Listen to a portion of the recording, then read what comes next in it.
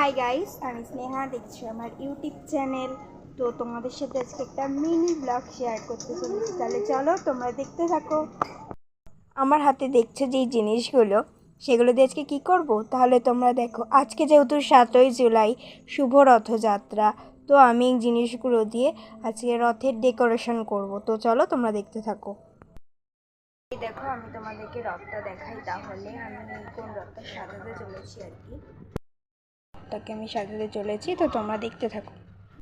আমি আবার চলে আসলাম তোমাদেরকে আমার রথের ফাইনাল লুক দেখাতে, এবং তোমরা সবাই প্লিজ আমাকে সাপোর্ট করো এবং সাবস্ক্রাইব করো প্লিজ, যাতে করে আমি আরও অনেক দূর এগোতে পারি।